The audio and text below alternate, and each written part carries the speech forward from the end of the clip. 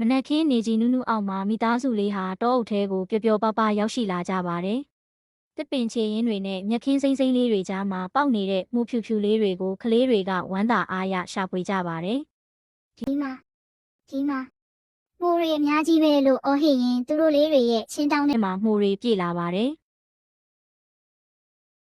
နေဝင်ရီတရောအချိန်မှာတော့မှုတွေအပြည့်ထည့်ထားတဲ့ချင်းတောင်းလေးတွေကိုထမ်းပိုးပြီးအိမ်ပြန်လန်းမှာတချင်းတကြော်ကြော်နဲ့ပြန်လာကြပါတယ်။ကလေးတွေရဲ့မျက်နှာမှာလည်းပင်ပန်းပေမဲ့ပျော်ရွှင်မှုတွေပြည့်နေပေါ့။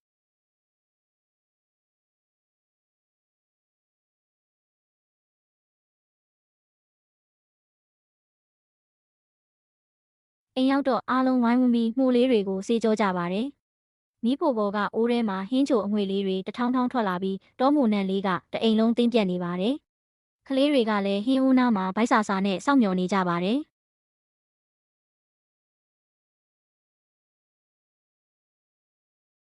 နောက်ဆုံးမှာတော့ပူပူနွေးနွေးမှုဟင်းချိုလေးကိုအားလုံးဝိုင်းဖွဲ့ပြီးငင်ရီရှက်ရီစားတောက်ကြပါတယ်။အရန်ကောင်းတာပဲလို့ပြောရင်းရေရေမောမောနဲ့ကုံဆုံးသွားတဲ့ဒီနေ့လေးဟာသူတို့မိသားစုအတွက်အမတ်တရနှွေးထွေးတဲ့နေ့တစ်နေ့ဖြစ်နေပါတော့တယ်။